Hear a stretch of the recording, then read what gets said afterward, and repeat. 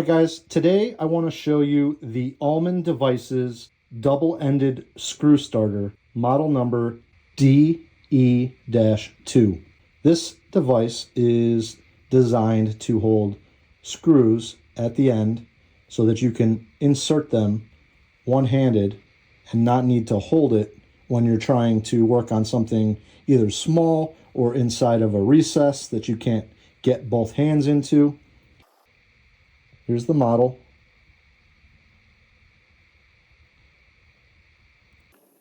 Show you how it works here. This is the Phillips end, and this is the flathead end. And you can see this piece right in the middle is turned almost perpendicular to the outside piece. And when it's got these detents here. When I twist it to that detent, you can see everything lines up and it locks right here. And when I push a flathead screw down on this end, that center piece is going to twist and it's going to lock on the slot of the screw head.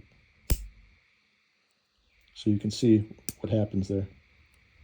And so that spring, it's a very strong spring. That spring action is going to lock inside the slot of the screw.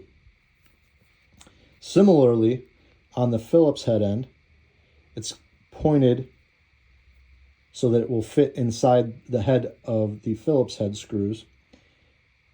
And then it also has this center section that's on a cam, and when it's locked, it's straight across.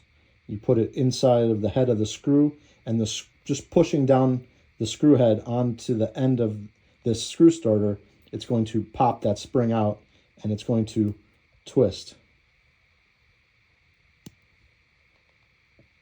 So you can see it's going to do the same sort of action.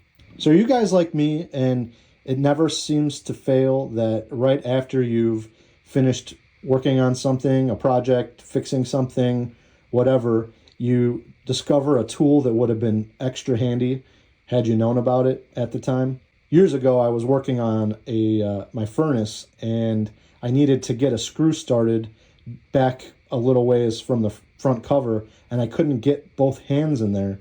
I was able to unscrew it with a long screwdriver, but to get the screw started was really difficult. This would have been super handy. And I feel like so many tools that I own because of situations like that, where I find out about it after I needed it, and now it just sits in my drawer or on my shelf. But I don't think there's any more satisfying feeling than needing a tool for what you're working on and actually having it when you need it, instead of having to go to the store to get one. So if you've ever encountered a tool situation like that, where you discovered it after you needed it, and then you bought it and you haven't used it since, share it down in the comments for the rest of us to enjoy. So in preparation for filming this, I went around and gathered as many different screw types as I could find in my screw drawer. I mean, I probably have 1,000 more, but I was just trying to find different variations to show you. And I'll be honest with you, and I don't want you to think that I'm ever not honest. I'm giving you the opinion as I see it. The Phillips head end of this is not great. I would say maybe 50% will stick on there, and it all depends on the head itself. So let me show you. We've got this Phillips head wood screw, and the center part here is wide open, and in order for this to lock onto the screw, this center, we'll call it a paddle, it has to lock onto something, and this center is so wide open that it just twists in there. So we got it set to lock in, and we're going to put it in there, and I'm going to push down, and now it's supposed to be locked, but there's nothing. It just sits in there, and it doesn't have anything to lock against. You can see that it's completely twisted, and it's in the cross slot. I mean, you could still use it to start the screw, but I mean, this isn't really designed for wood screws anyhow. It did the same thing on a drywall screw. And so this is a number 6 machine screw, and it's got the Phillips head top with a full slot so that you could also use a flathead screwdriver. Now, if I stick the tool in here,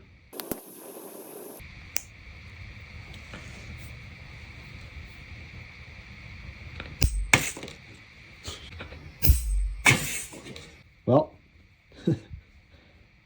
that's not what I want it to do. So you'll see it's just not perfect for Phillips heads. I'm sure there's some that it would work great on, like this screw here.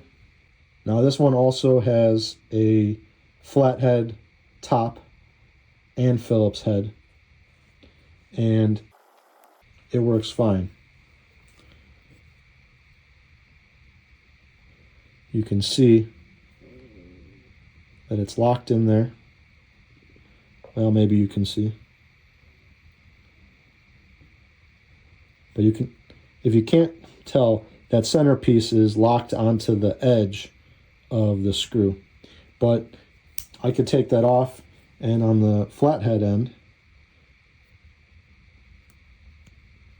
we got it set. I can do the same thing, and it'll lock on just fine. So the Phillips head isn't even needed for this screw.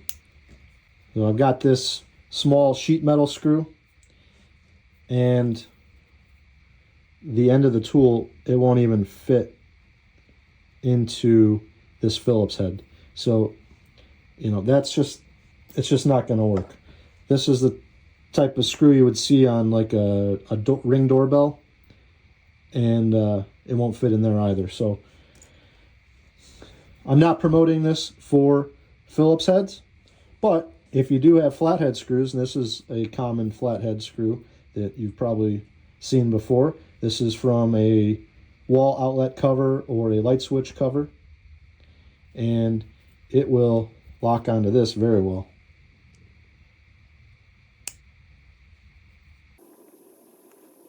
On Amazon, they list this tool as 6 3/4 inches long, but you can see here that it's just over 6 inches, more like almost 6 1/4. So if that means anything to you, now you know.